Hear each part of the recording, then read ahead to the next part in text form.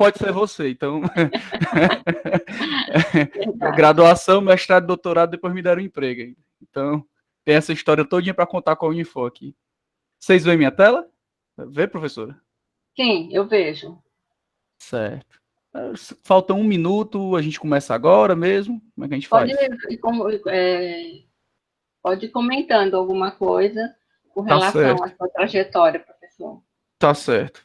Bom, eu acho que boa parte do público que está aqui, né, já pelo que eu vi os nomes, eu já conheço os nomes que estão entrando aí, eu conheço a maior parte muito bem, ou são alunos da graduação, inclusive de disciplinas minhas, né? Tem uma turma aí, pelo que eu entendi também, que está entrando, que está mais no começo do curso, né, Lia? Isso. Então, o objetivo da gente aqui nessa apresentação, né, dessa live que a gente desenhou, eu e a Lia, é de falar um pouco dessas aplicações de inteligência artificial, mas sempre com foco no nosso aluno, né? A gente está vendo um interesse muito grande aí por ciência de dados, muitas faculdades, universidades, cursos de pós-graduação estão ofertando, e eu vejo isso desperta muito interesse dos alunos, né? A gente vê muitos alunos comentando, né, nas aulas, pelo menos alguns dos que estão aqui já me fizeram perguntas do tipo, a tecnologia XPTO, em que tipo de cenário que eu uso? Então, eu vou tentar fazer isso. Eu vou mostrar um pouco as aplicações de inteligência artificial, mas com foco no que os alunos da Unifor estão fazendo, os que trabalham comigo lá no laboratório. E aí eu vou sempre falar, depois de eu mostrar uma aplicação, eu vou falar de uma tecnologia e passar a referência. Eu espero que com isso, né, os alunos possam ligar mais, quando falar de TensorFlow, do que é que eu posso fazer, quando fala de Matplotlib, o que é que eu posso fazer, Pandas, o que é que eu posso fazer, e por aí vai. Então, se eu no final dessa apresentação, eu conseguir fazer esses alunos, né, fazer uma buscazinha no Google para procurar um pouco mais sobre essas tecnologias, então eu vou, porque a gente conseguiu então atingir o nosso objetivo aqui de gerar esse interesse. Então, meus caros, como eu mesmo disse, né, graduação em Data Science, e na verdade graduação, pós-graduação é um interesse que tem crescido ao longo dos últimos anos. Aqui mesmo na universidade, a gente tem, além do curso de graduação, tem uma trilha toda direcionada para a ciência de dados e inteligência artificial. Além disso, a gente tem um programa de mestrado e doutorado que tem uma linha agora de pesquisa em ciência de dados e inteligência artificial, e cursos de pós-graduação, né? Inclusive o curso de pós-graduação e de Big Data e de introdução à ciência de dados, eu tenho o prazer também de dar algumas disciplinas lá. Então, a gente está vendo esse crescimento, e aí virando notícia, né, vendo muitos blogs comentando e sites de notícia, e isso nada mais esse crescimento desse interesse pelo tema é por causa do problema que a gente vive atualmente, né, um problema que muita gente vende o termo Big Data como um conceito, para mim ele é mais do que um conceito, é uma coisa mais específica. Ele é um grande problema que a gente tem agora que a gente está passando, né, que os dados crescem numa velocidade que é muito difícil de acompanhar. Por exemplo, nesse gráfico aí eu estou mostrando uma projeção já para 2020, e aí esse eixo Y aí, pessoal, está em zettabytes, né, para vocês terem uma noção, os arquivos que a gente manipula normalmente aqui dia a dia nos nossos computadores são de kbytes, megabytes, gigabytes. Então, por exemplo, um kbyte, né, são 10 elevado a 3, né, bytes. Aqui a gente está falando de 10 elevado a 21, né? Sendo mais preciso, né, 40, então 40 vezes 10 elevado a 21 bytes. Então é um volume de dados que é difícil até da gente mensurar, de imaginar o que é que dá para fazer com isso. Então a gente tem um problema que os bancos de dados estão crescendo numa velocidade que a gente não consegue extrair informação acompanhando essa velocidade, né, esse crescimento seguindo essa lei de potência, né, você vê que cada ano o crescimento aumenta. Então, esse crescimento acabou fazendo com que a gente buscasse uma série de tecnologias para resolver algumas aplicações, né. O que é que eu destaco aqui para vocês? Problemas de visão computacional, que a gente já vê uma série de APIs resolvendo problemas de uma forma muito, muito efetiva, de identificar numa imagem se eu tenho um carro, uma bicicleta, uma pessoa. Eu consigo treinar algoritmos para fazer isso, e hoje já é uma coisa que é vencida no estado da arte, né, uma etapa vencida, os modelos já são tem muita acurácia para fazer esse tipo de coisa. A gente tem problemas aqui que envolvem também inteligência artificial e data science, na ordem de aprendizado de máquina. Eu tenho certeza que muitos dos nossos alunos já ouviram falar do termo machine learning. Por mais que você esteja no começo do curso, a gente tem visto, escuta isso no dia a dia, né? Principalmente nós da computação. Então, quando eu tenho um problema de que eu tenho um padrão que eu quero aprender, né? E eu quero fazer com que o meu algoritmo faça uma previsão. Nesse caso aqui, eu tenho uma série temporal e uma previsão aqui de um modelo, né? Tentando acompanhar o dado real. Eu tenho também problemas de visualização de dados. Os nossos alunos aqui da graduação, que já estão mais na frente no curso, que já tiveram a oportunidade de fazer a disciplina de ciência de dados, eles aprendem, né, a manipular plataformas de business intelligence. Eu tenho também problemas de mineração em grafos, né? Hoje uma coisa que se faz muito é mineração de dados em rede social, e o que muitas vezes você faz quando você não está extraindo o texto, você está justamente analisando essas relações entre as pessoas, e você usa como instrumento para modelar e compreender esse fenômeno um grafo, coisa que também o nosso aluno de graduação aprende na disciplina de teoria dos grafos. Então, são muitas aplicações e muitos conceitos. E daí, a gente sabe que tem muitas tecnologias também. Para resolver, na verdade, eu coloquei só algumas que eu vou citar aqui na minha apresentação, que a gente usou aqui na Unifol já para resolver algum tipo de problema real de uma empresa, uma demanda local aqui do nosso estado. Então, são muitas tecnologias. Na verdade, eu nem coloquei todas as que a gente usa, né? Então, imagine todas as que estão disponíveis. Eu tenho tecnologias de business intelligence para você modelar também dados, para você tentar usar modelos de machine learning sem programar. Eu tenho arquiteturas de nuvem, eu tenho algoritmos, eu tenho aplicações para eu manipular grafos e por aí vai. Então são inúmeras. Meu objetivo, como eu disse aqui nessa apresentação, é tentar de alguma forma mostrar essas aplicações, e aí eu vou mostrar o que os nossos alunos estão fazendo aqui na universidade, e são problemas reais que estão sendo, que resolvem questões importantes aqui de empresas locais, né, como Pinheiro, Casa Magalhães, Mota Machado, Pathfind, são algumas das empresas que eu vou demonstrar casos aqui de aplicação dessas tecnologias, né? E hoje em dia quem não está utilizando, vai utilizar, né? A gente está com um projeto corrente ainda tentando fazer a implantação. Bom, então eu começo aqui com um conceito que talvez não seja tão popular como o aprendizado de máquina, machine learning, mas muito importante, tem muitas aplicações dentro das empresas. Detecção de anomalia, né? É a disciplina da gente tentar encontrar, estimar padrões e separar coisas que divergem, né? Que estão longe desse padrão. Aqui nesse gráfico da direita, eu estou mostrando para vocês, cada bolinha dessa representa um posto autorizado, que é um prestador de serviço que apoia a Smalltech na manutenção dos aparelhos dele. A Smalltech paga essas empresas para dar manutenção nos produtos produzidos lá na fábrica, né? Com o objetivo de atender todo o Brasil, né, no período de garantia. Então, eles pagam essas empresas para consertar. Naturalmente, um problema que eles têm é de fraude, né? Alguns desses postos autorizados já tentaram enganar a Smalltech, do tipo inventando problema em fogão, em refrigerador, e a Smalltech precisa de métodos para encontrar quem é que está fraudando. Então, aqui eu não vou entrar em detalhe do que é o eixo X e o eixo Y. O que importa mais para a gente aqui é que é o seguinte: existe um dado, cada bolinha dessa, você vê que existe um padrão linear aqui, que esses dados seguem. Os dados todos se agrupam em torno dessa retazinha laranja que está aqui no meio, e algumas bolinhas, né, alguns desses postos autorizados meio que estão se distanciando. A gente usou um método aqui de detecção de anomalia para sempre que uma empresa fugir desse padrão que a gente estimou como um padrão que era natural, é o normal de operação de um posto autorizado, a gente alerta a Smalltech. A Smalltech, ela, como qualquer empresa que está buscando fazer auditoria nesse tipo de processo, ela faz por amostragem. E o que muitas empresas fazem é o seguinte: eu tenho recurso para ligar para mil clientes, né, para saber, de fato, o teu fogão deu problema. Vamos supor que essa bolinha aqui seja de uma empresa que corrigiu um problema de um fogão. Então, né, eu ligo para aquele cliente, né, que essa empresa corrigiu o problema, diz, teve problema antes, até para confirmar se isso não foi uma coisa inventada. Só que se você faz isso com 1.000, se você tem 1.000, né, de potencial para ligar para as pessoas, e de fato, mas tu atende 200 mil, né, 200 mil ordens de serviço, então tu, aleatoriamente, é muito difícil, né, é muito provável que escape alguma coisa. Então, o que a gente indica nesse tipo de problema é que ao invés de ligar aleatoriamente, ligue para esses que estão fugindo do padrão.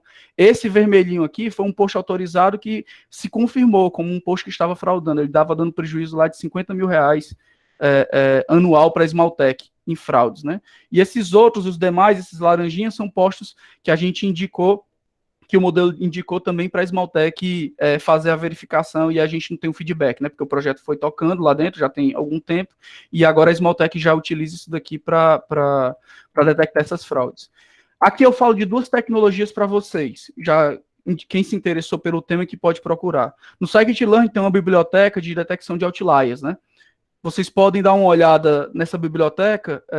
Primeiro leiam sobre o Scikit-Learn. Na verdade, ele tem um objetivo mais amplo, é um pacote, um kit para resolver problemas de machine learning supervisionado e não supervisionado. E aqui eu também destaco uma ferramentazinha, o Matplotlib, que é uma ferramenta para você, uma API, na verdade, do Python, um pacote para desenvolver gráficos, né? Esse gráfico foi desenvolvido, por exemplo, com o Matplotlib.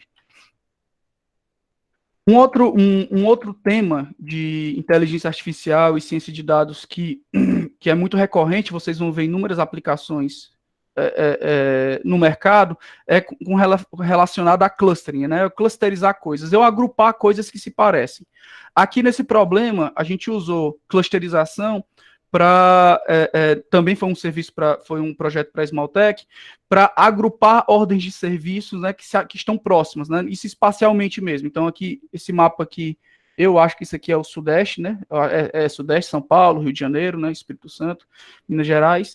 Então, a gente tem aqui o mapa, e aqui é um local que foi filtrado pelo usuário, mostrando os clusters que estão se formando. Então, você tem ordens de serviço que estão na cor verde, que se aproximando mais, essas outras aqui, rosinhas, elas se parecem mais, as vermelhas se parecem mais entre si, e por aí vai. E aí a gente compara com a distância do posto autorizado que está atendendo essas ordens de serviço. Isso é particularmente importante porque essas fábricas, a Esmaltec especificamente, paga a quilometragem do posto autorizado que ele se desloca para atender o cliente. Então, se esse posto autorizado está longe do local do cluster que ele atende, é ruim para a Esmaltec. Então, essa ferramenta tem sido útil. No momento que a gente discutia, ela se mostrava muito útil para replanejamento dos postos, né, do replanejamento da posição dos postos. Será que eu tenho um posto que eu tenho um cluster de ordem de serviço que ele atende muito distante dele? Eu tenho como otimizar isso? Então, é uma ferramenta de visualização usada para explorar. Aqui eu recomendo dois pacotes do Python novamente, mas o Scikit-Learn aqui, na verdade a gente nem utilizou o Scikit-Learn, mas poderia ter utilizado, tem um pacote lá para clustering, e você pode usar o algoritmo DBScan, que resolve esse tipo de problema. A gente utilizou outro algoritmo aqui, usou o CCA, um algoritmo que não está no Scikit-Learn, mas ele resolve particularmente os problemas com a mesma característica e mesma acurácia.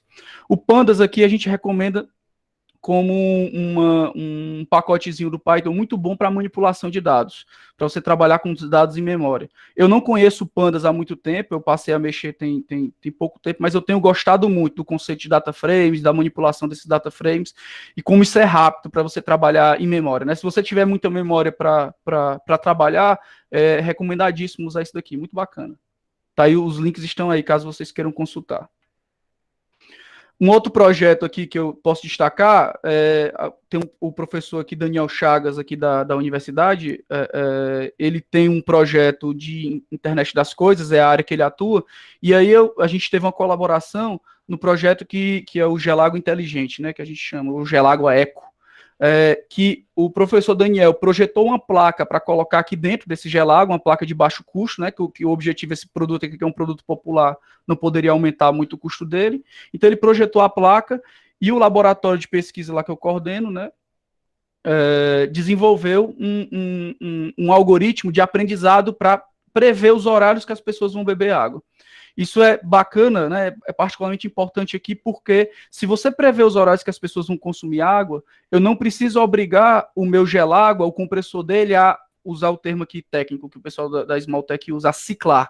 Ciclar é o ato dele ligar o compressor para baixar a temperatura, né? A temperatura vai baixando, e aí quando ela chega num limiar inferior, quando está perto de congelar, né, ele desliga o compressor, e aí a temperatura vai subindo e descendo, ele vai desligando e ligando nesse processo direto. Com esse conceito aqui de aprendizado de máquina, prevendo os horários que vai consumir, ao invés dele fazer isso toda hora, inclusive de madrugada, no horário que não tem consumo de água, ele aprende os horários que tem consumo de água e faz a ciclagem só nesse período. Tem uma figura aqui que o Caio desenvolveu, que é um aluno lá do meu grupo, aluno de doutorado aqui da universidade. Eu gosto muito, ela tem muitos elementos, mas eu gosto porque a gente vê muitas coisas do funcionamento desse algoritmo. Vou tentar explicar alguns elementos. Essa curva laranja, essa reta laranja aqui, que tem dois estados, né, para cima e para baixo, é um sinal do compressor, né, se ele está ligado ou desligado. Então ele estava desligado aqui, ligou aqui nesse período, e quando ele liga, aqui é a temperatura da água. O que acontece? O compressor liga, a temperatura da água começa a baixar, ela está em temperatura ambiente, e vai baixando, e quando ela chega nesse intervalo, que é um intervalo para consumo, delimitado aqui por essas linhas pontilhadas vermelhas, o funcionamento normal do gelágua é ciclar para ficar desligando e ligando o compressor para manter a água nesse intervalo. Essas linhas aqui, verticais, na vertical, pretas pontilhadas, elas representam bebidas, né, das pessoas. Então, teve uma bebida nessa hora do dia, isso aqui são, acho que é o minuto do dia, que é uma medida de tempo, certo? Então, nesse minuto aqui teve uma bebida, aqui teve outra, e por aí vai. Isso aqui, pessoal, essas linhas horizontais pontilhadas, verde, vermelha e roxa, são os clusters. São as áreas, as zonas que o algoritmo previu que ia ter bebida de água. Então, perceba, o compressor só foi ligado próximo a essas zonas, justamente para garantir que a água estivesse gelada na hora que o usuário fosse beber. Todo esse período aqui, que não teve consumo de água, o compressor fica desligado e aí, com isso, ele economiza energia.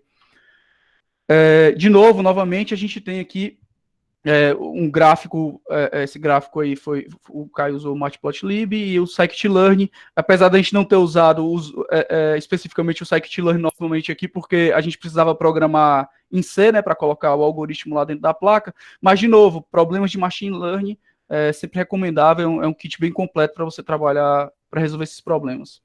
Bom, você tem também na área de inteligência artificial e ciência de dados problemas de previsão de séries temporais, né? Que são uma especificação, né, de problemas de aprendizado de máquina. Aqui eu estou mostrando um gráfico aqui para um projeto do Pinheiro, que esse a gente ainda está implantando, é um projeto um pouco mais complexo, e aqui eu tenho alguns elementos para explicar para vocês. Isso aqui é o tempo no eixo X, e no eixo Y eu tenho uma quantidade de um produto, certo? Essa linha azul aqui está representando a venda do produto no tempo. Então, ele está vendendo aqui, ó, 240, sei lá, 230 unidades, e fica oscilando a venda. Essa linha amarela é o que o nosso modelo previu. Ele previu que ia ter essa venda. Perceba que ele consegue acompanhar as tendências, às vezes ele tem um ou outro errinho, mas ele acompanha a tendência. Isso daqui é só uma média, um valor que era utilizado antes antes da aplicação do modelo, da gente começar esse projeto, para fazer a previsão, né? Era um valor constante, que a gente chama de a venda média nos últimos dias. Então, ela não era capaz de pegar essa sazonalidade, né? De acompanhar esse padrão de subida e descida de venda do produto. Eu gosto desse gráfico aqui, que é o mesmo gráfico, só que a venda acumulada. Ao invés de eu mostrar aqui a venda do primeiro dia, do segundo dia, eu acumulo o segundo dia, eu somo com a venda do primeiro, e por aí vai. Percebam aqui que, no caso, quando eu olho para o acumulado, a previsão, o real e o previsto, eles praticamente estão passando um por cima do outro, né? O que para esse produto aqui seria um resultado muito bom. Na prática, obviamente, para todos os produtos isso não acontece. Alguns produtos o algoritmo vai mal, outros ele vai bem, e um dos trabalhos que a gente tem que fazer nesse projeto é identificar em que produtos que é mais indicado utilizar o algoritmo que a gente tá usando aqui para prever séries temporais. Essa linha vermelha, de novo, é a previsão média, né? Um valor que eles utilizavam antes. Perceba o quanto ela é superestimada, né? Aqui eu destaco uma plataforma de Business Intelligence que a gente utilizou, igual o ClickSense, tem várias, aqui na Unifoto eu já vi alguns alunos usando o Power BI, já vi usando o Tableau, mas é uma plataformazinha para você visualizar dados e fazer filtros dinâmicos, é bem produtivo, eu indico muito. E também aqui o TensorFlow, que é uma plataforma para você implementar, resolver problemas de redes neurais, né? Que a gente usou como tecnologia uma rede neural artificial para fazer essa previsão. Eu destaco aqui também aprendizado de máquina e cloud, né? Esses conceitos ficaram muito presentes no projeto que a gente teve com a Casa Magalhães. A Casa Magalhães é mais uma empresa que está no Parque Tecnológico da Unifor e eles têm muita expertise na parte de cloud, eles dominam bem. Eu tive a oportunidade de conversar com a equipe durante um ano, com a equipe da Casa Magalhães, e eles têm domínio do uso lá da plataforma da Amazon, a AWS, e a gente apoiou justamente com uma série de algoritmos de serviços para o varejo. Previsão, clusterização de produtos, encontrar produtos que se parecem para a melhor organização deles na gôndola, previsão também de vendas. A gente fez uma série de serviços para a Casa Magalhães e a característica marcante que tinha aqui é que eles tinham uma arquitetura de nuvem para suportar. E aqui já tem outras aplicações que apareceram, além das que eu já mencionei aqui, o Pandas, Scikit-Learn e TensorFlow, destaca a AWS, né, uma plataforma de cloud. Tem outras, tem a da Oracle, tem da IBM, tem as da Microsoft, várias empresas têm, a AWS talvez seja a mais conhecida de todas, para que a gente possa montar um ambiente na nuvem e instalar nossas ferramentas e acessar remotamente. Eu coloco aqui também essa plataforma que, essa é uma das que eu indico, inclusive, muito para os alunos aqui de começo de curso que estão acompanhando a gente. Vocês podem acessar essa plataformazinha aqui, Orange, que é um softwarezinho para você trabalhar com problemas de machine learning sem programar. É muito bom para o nosso aluno que está começando, que ele pode começar a se familiarizar com conceitos, simplesmente manipulando uma ferramenta sem ter a necessidade de programar, de conhecer todas essas APIs de uma forma bem transparente. Orange Canvas tem, inclusive, uns vídeos no YouTube, no canal deles, que são muito bons para usar. Aqui nesse projeto, eu não uso para resolver problemas reais, isso aqui é muito bom para prototipar, mas nesse projeto foi muito bom porque a gente fazia protótipos rápidos, né, sem precisar programar, carregava as coisas rápido, manipulava o dado, uma parte do dado de uma forma simplificada, e aí a gente, depois que via que dava certo, ia para o TensorFlow, para o Scikit-Learn para implementar. Então é muito bom para fazer protótipos. Eu recomendo quem está começando dar uma olhada nisso daqui, bem bacana. Mineração de dados espaciais. A gente tem lá no laboratório, tem muita experiência com isso. Eu trabalhei praticamente a minha vida todinha com dados espaciais e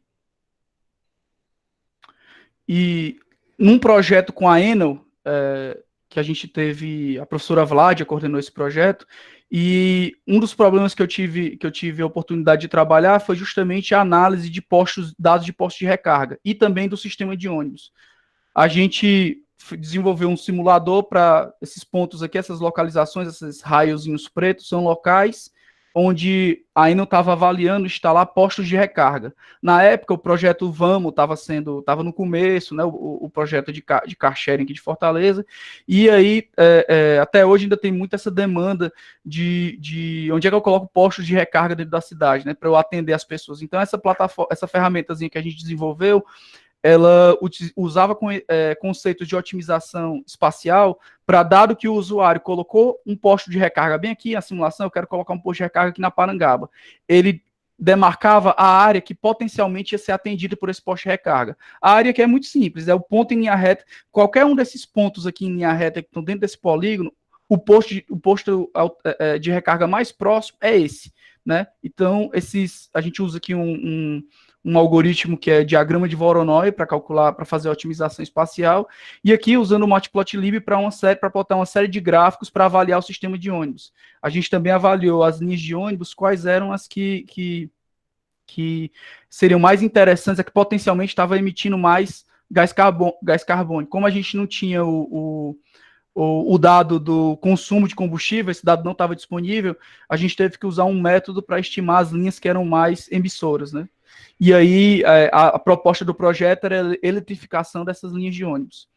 Novamente, o Matplotlib foi importante aqui para plotar os gráficos, e aí aqui entra outro pacotezinho que eu também não mexo há muito tempo, mas eu tenho gostado muito, já é o Pandas. O Pandas, usa o conceito de data frames lá do Pandas, só que para dados espaciais. Você faz as coisas, processamento de dado espacial muito rápido com isso daqui. Recomendo vocês darem uma olhada também. Bom, e eu ainda tenho também a área de mineração em grafos. Os meus alunos aqui, esse semestre eu não estou dando teoria dos grafos, mas alguns alunos que estão fazendo inteligência artificial comigo esse semestre tiveram a oportunidade de fazer grafos, né, comigo também. A gente teve a oportunidade de estar junto no semestre passado, e a gente usou uma série de ferramentas para modelar problemas com grafos e tentar extrair conhecimento desses problemas, desse fenômeno. Um projeto que eu destaco aqui um que a gente teve também com a professora Vládia, da FUNCAP com a empresa Formais. O que ela queria, aqui a gente estava desenvolvendo uma série de módulos para apoiar a empresa a fazer fusão e aquisição de outras empresas, né? Existem empresas que querem comprar outras empresas e existem empresas que querem ser compradas. Enquanto a professora Vládia trabalhou toda uma arquitetura para extração de texto e processamento, eu trabalhei com a parte de grafos, que eu modelei como um grafo bipartido.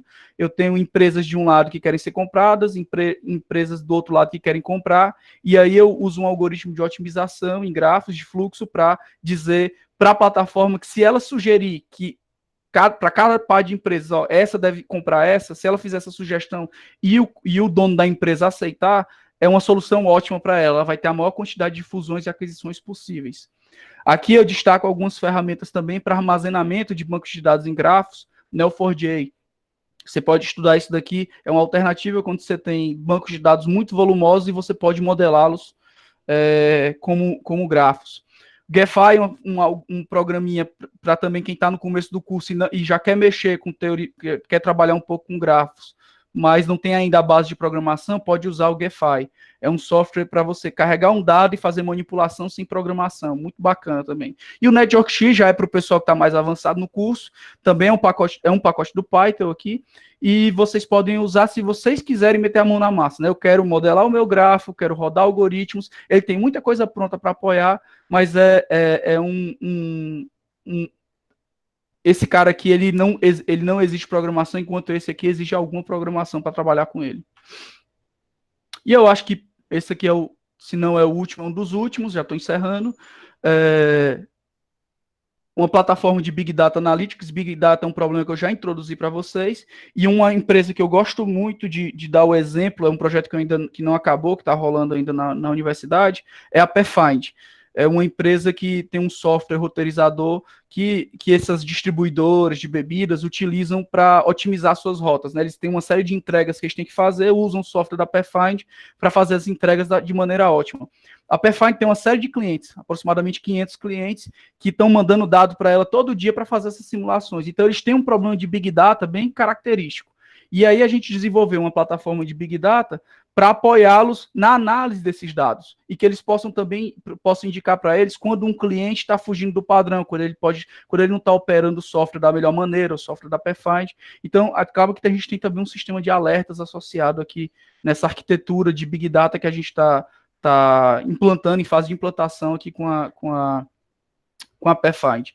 Novamente, ClickSense para visualização de dados, a gente trabalhou muito, Pandas para processamento de dados, carregamento de dados em memória e utilização e fazer higienização de dados e padronização, e o Scikit-Learn também a gente usou para fazer algumas classificações, detecção de outliers, coisas do tipo. Na verdade, a gente está utilizando, essa é a parte do projeto que justamente está menos adiantada. E tem de fato esse projeto aqui. Esse projeto eu coloquei, eu tive uma contribuição muito secundária, quase mínima nesse projeto aqui, mas eu gosto de falar porque envolveu os alunos do laboratório, um aluno de doutorado da gente aqui da universidade, do PPG, o Rafael Bonfim, e dois professores também da universidade trabalhando mais forte aqui, o Carlos Mendes e o Daniel Valente. Esse projeto aqui de visão computacional, eles estão usando algoritmos estão usando algoritmos de redes neurais para processar uma imagem e registrar onde estão os buracos. Então, dado que tem câmeras espalhadas em vários carros em Fortaleza, eles detectam e enviam para o servidor para a prefeitura, por exemplo, informando onde estão os buracos.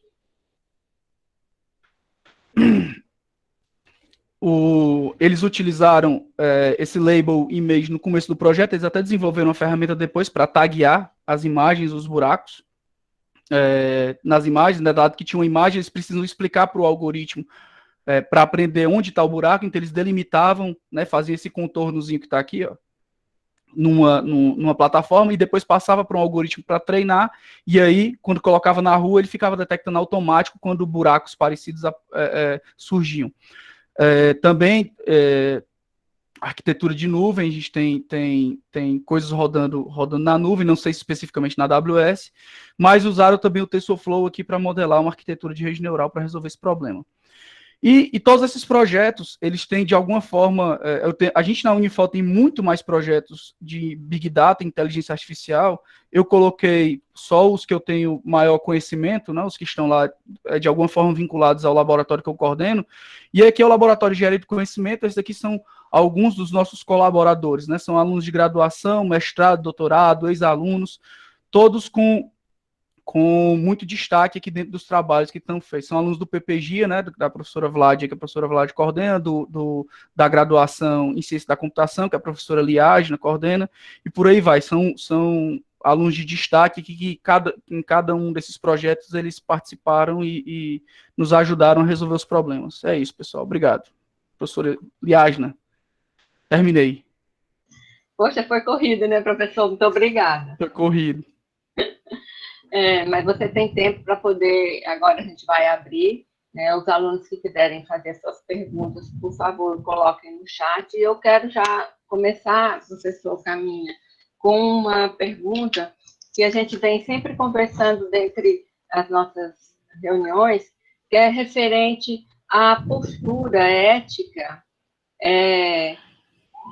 das pessoas que vão fazer essa programação, considerando que elas vão ter uma base de dados para poder fazer análise de dados, para poder direcionar, né, esses encaminhamentos das resoluções de problemas. Como é que é tratado isso? Né? Isso é uma conversa que a gente tem com frequência, é um dos grandes desafios, principalmente aqui na nossa tarefa aqui de licenciatura. Como é que eu avalio, como é que eu faço o nosso aluno não carregar viés, né, nas análises dele? Porque todos nós, nós temos experiências de vidas, temos crenças, e aí um dos cuidados que a gente tem que ter em ciência de dados e inteligência artificial é não trazer esses nossos vieses, né, as tendências que a gente tem na nossa cabeça para análise. O que acontece muitas vezes, o que a gente vê é que as pessoas acabam tendendo a dar um resultado com base no que ela quer que dê. Isso é uma grande discussão que tem. Eu lembro até de um professor que não é aqui da Unifol, mas é engraçado uma conversa que eu tive com ele, quando a gente chega para ele para mostrar as coisas. Rapaz, eu estou aqui esse dado, não consigo mostrar nada com isso daqui. Aí ele um físico, conhecedor de muitos métodos aqui para explorar dados, ele chega para a pessoa e pergunta: você quer que dê o quê? Isso é uma pergunta, em análise de dados isso não faz o menor sentido, mas na prática, o que é que ele está querendo dizer com isso?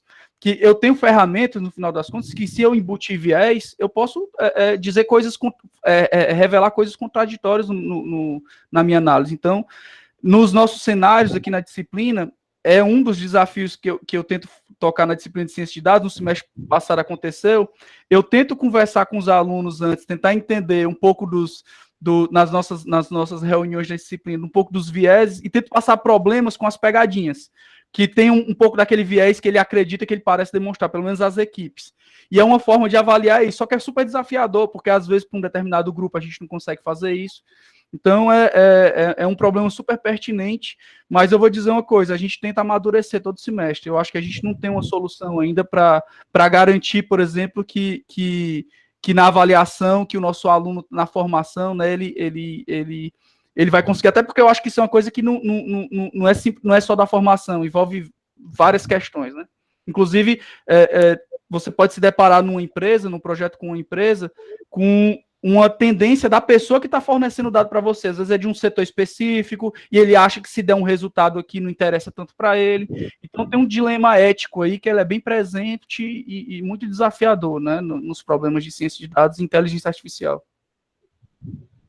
Pronto, professor, é isso mesmo. É muito importante a gente fazer essa abordagem. O professor vem trabalhando isso de uma forma transversal, porque quando você lida com dados, você lida com uma história de vida, uma amostra que pode tendenciar uma resposta que não seja aquela Exatamente. que o algoritmo, né? Você não viciar um algoritmo, né? Isso.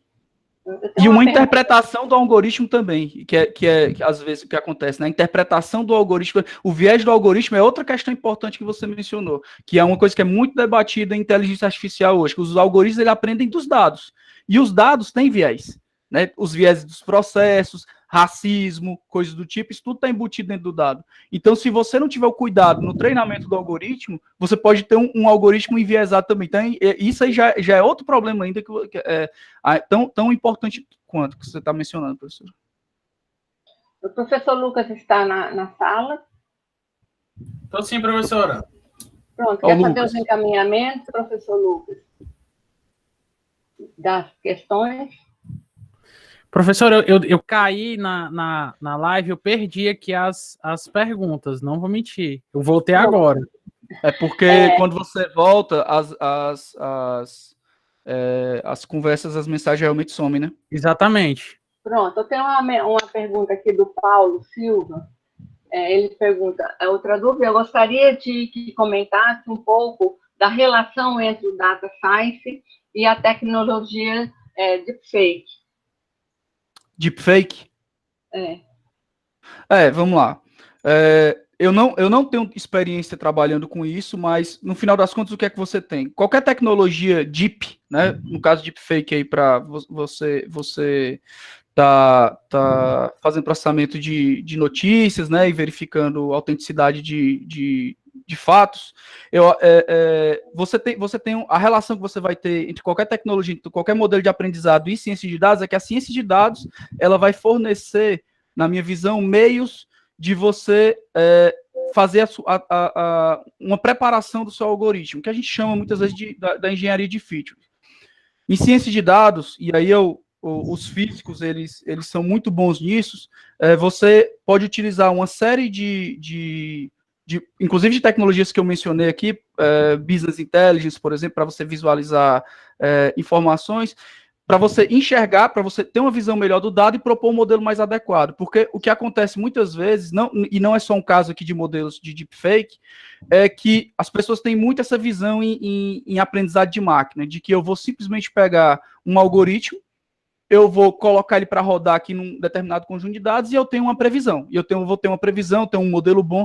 Isso aí é o que a gente chama isso é um processo que está mais parecido para alquimia, né? É como se eu pegasse aqui duas fórmulas, né, duas porções, eu misturo, no final deu um resultado que eu não sei muito bem por que aconteceu aquilo ali, mas eu sigo em frente. Então, a relação que a gente tem é essa, você precisa usar métodos, né, os mecanismos de ciência de dados, na exploração dos dados para você conhecer o problema, para a partir daí você fazer uma modelagem adequada. Isso vale para deepfake, vale para problemas de machine learning de uma forma geral. Pronto. A outra pergunta é do Paulo Silva. Paulo Silva ele fez toda uma contextualização e ele achei extremamente bacana tudo que você apresentou, com excelência. E a pergunta dele vai em um encaminhamento mais filosófico. Ele fala: todas essas aplicações são maravilhosas, mas assustam um pouco. Tendo em vista o crescimento exponencial do IA, na sua opinião, um mundo distópico com a presença de uma Skynet é possível? Vixe! É uma pergunta bem profunda. Aí ele complementa. Rapaz, sim, quão próximo estamos de uma realidade dessa? Vamos lá, para falar de Skynet, vamos puxar outra pergunta aqui do deepfake, né? Desses algoritmos aí, como aquele caso ali do Obama, né? Que pegou e colocou uma imagem, né? De um dado do Obama e colocou o Obama para falar uma coisa que ele nunca tinha falado, né? Aquilo ali é uma coisa super inovadora e impressionante, mesmo para os dias de hoje. E isso aí pode ser uma coisa que já pode ser associada a um começo de um Skynet. Mas aí eu realmente acho que a gente está num momento que a gente não está ainda debatendo isso, não. O maior desafio que eu vejo agora, que a gente tem nesse momento, é fazer com que garantir, pelo menos com esse volume de dados que a gente tem hoje, de Big Data, com esses conjuntos de dados crescendo, é que a gente manipule as ferramentas da forma correta para extrair, para trazer ganhos para a população. Eu falo disso porque é o seguinte, a gente hoje já tem algoritmos que estão decidindo o destino das pessoas. E se esses algoritmos são manipulados, né, e são treinados de forma errada, você vai ter decisões injustas, enviesadas. Então, eu acho que a gente está num momento aqui, um momento bem anterior, né, ainda. Eu gosto do filme também, mas eu acho que eu não consigo nem opinar do que seria alguma coisa lá na frente. Eu acho que a gente está hoje em outra preocupação. Eu não descarto, mas hoje o que eu lhe digo é o seguinte, os robôs hoje eu acho que eles estão totalmente sob controle, pelo menos aqui dentro do conhecimento que eu tenho. Pelo menos por hora. É bem interessante, principalmente porque como tem muito... Só uma coisa ali, eu acho que o Paulo é aluno do Tarcísio, deve ser aluno do Tarcísio aqui, viu? É uma voz de puxar aí. Meu gosto é a pergunta bem profunda. Opa, caminha. Revelando aqui é porque só aparece o Paulo Silva. O Paulo, professor, tá aí. Por que foi tão filosófico? É no professor, rapaz. Estou dizendo. Por isso que foi tão. E, professor físico, viu? Tinha que ser. Isso. Aí, meu amigo. Aí, meu amigo, a filosofia aqui. Perfeito, Paulo. É isso aí mesmo. Pronto. Mais algum aluno gostaria de colocar mais alguma questão? Enquanto vocês se formatam, né? Professor Caminha, dentro da nossa formação no curso, né? Quando a gente chega já aqui na IA, quando a gente chega na ciência de dados, um conjunto de conhecimentos já foram consolidados para que, neste momento, você consiga aplicar. Dentro da sua visão, né? Essa trilha em busca dessa competência de ser um cientista de dados num outro momento, né, você vai ter dentro da graduação essa formação, e se você depois quiser continuar, o que é preciso fortalecer, tanto na trilha de formação para chegar no IA, quanto pós-graduação? Eu diria o seguinte, Lia, depende muito também do aluno, do que ele almeja para a carreira dele. Se ele quer seguir uma linha mais científica, né, o passo seguinte que eu vejo, eu acho que, inclusive, é muito bacana, porque eu vejo o momento que a nossa graduação e a pós-graduação estão, né? Os dois estão em momento de transformação, e os dois estão investindo nisso. Então, se o aluno ele tem no direcionamento dele, que ele quer trabalhar, ele quer ir numa linha mais científica, o caminho natural é fazer um mestrado, né, na área, estudando, sendo orientado por um professor de inteligência artificial e data science, e aí, naturalmente, ele vai ter os caminhos dele. Se ele quer mercado, porque eu acho que uma demanda que a gente não está vendo tanto agora, eu até estava mostrando para meus alunos um dia desse, os concursos começaram a aparecer, mesmo nesse momento agora que ninguém está fazendo concurso, né, que não está tendo, o momento do país não é muito nesse desenho para concurso, eu já vejo concursos públicos, com o profissional não é mais professor, não é um analista técnico, aqueles termos que se usa, é um cientista de dados. Então, esse perfil aí já é uma pessoa que já quer ir mais para o mercado.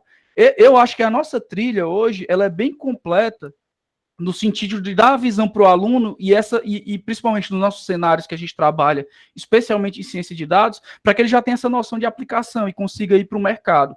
Eu vejo dessa maneira, se ele quer ir para o mercado, o nosso curso cobre bem, a gente tem especializações na Unifor também para tratar do assunto, o laboratório de pesquisa, naturalmente, né, tem o LCDIA, que foi criado há pouco tempo lá na DPDI, na diretoria de pesquisa. É um local indicado para esses alunos procurarem estágio para trabalhar, eles vão ter a oportunidade de aplicar ciência de dados e IA para resolver vários problemas, e também o laboratório de engenharia do conhecimento, que eu coordeno. Eu acho que tem vários caminhos, mas se você quer, eu sempre gosto muito desse caminho, e aí tem um viés natural da minha decisão pelo caminho, do meu sentimento aqui, do que eu gosto, até pelo caminho que eu segui na minha carreira, eu tenho esse viés de achar que, rapaz, o caminho da ciência, ele é muito, muito enriquecedor para você trabalhar esses conceitos. Você vai ter a oportunidade de escrever artigos científicos, de participar de eventos científicos, de fazer projetos com empresas, então você vai estar vinculado ao mercado de alguma forma, mas eu acho que, respondendo a tua pergunta, a nossa trilha já é bem completa para trabalhar isso, e você tem naturalmente os caminhos da pós-graduação aqui da universidade, que eu acho que vão te dar boas possibilidades, e não é só local não, aqui em Fortaleza, no estado, é no mundo todinho. A gente tem alunos aí com frequência indo trabalhar com data science na Inglaterra, no Canadá e por aí vai. Tem uma pergunta aqui é uma aluna do ADS, a Luísa. Nós, do curso de ADOS, temos informações suficientes para seguir essa trilha? Ou o curso de ciência da computação está mais rico desse tipo de informação? Eu posso iniciar e depois o professor pode complementar.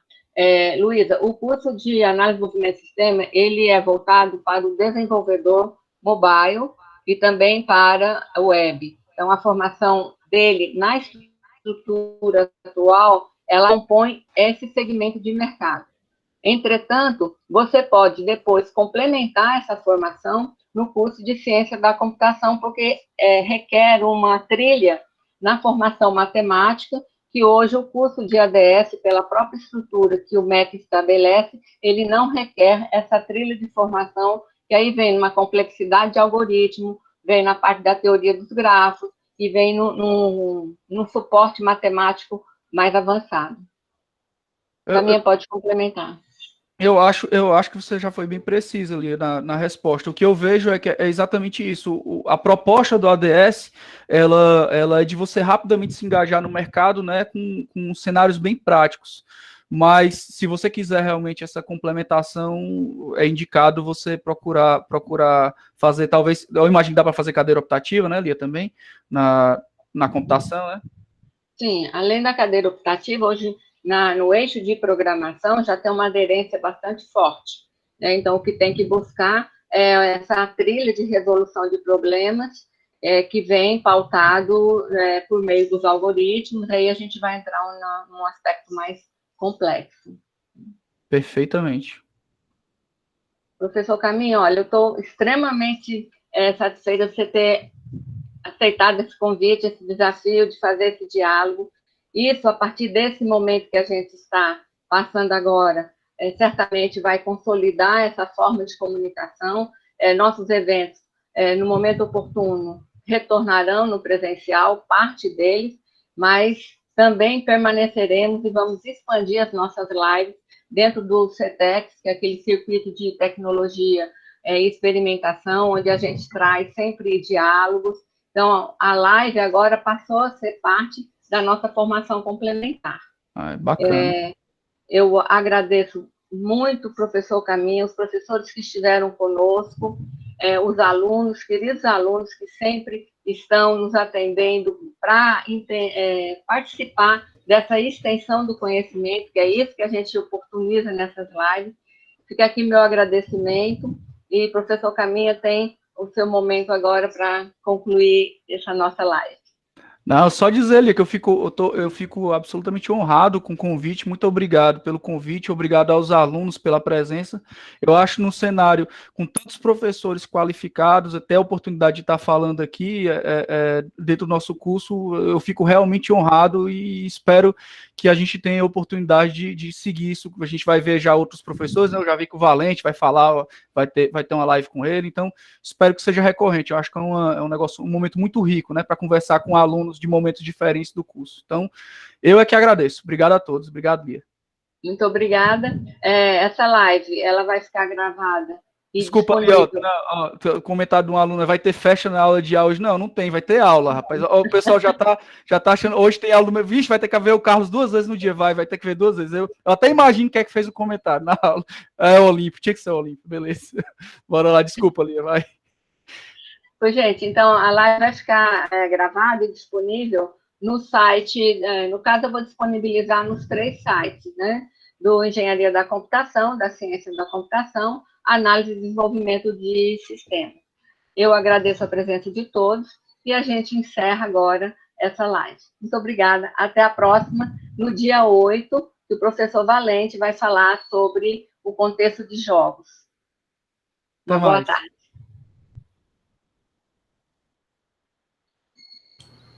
Tá bom, né?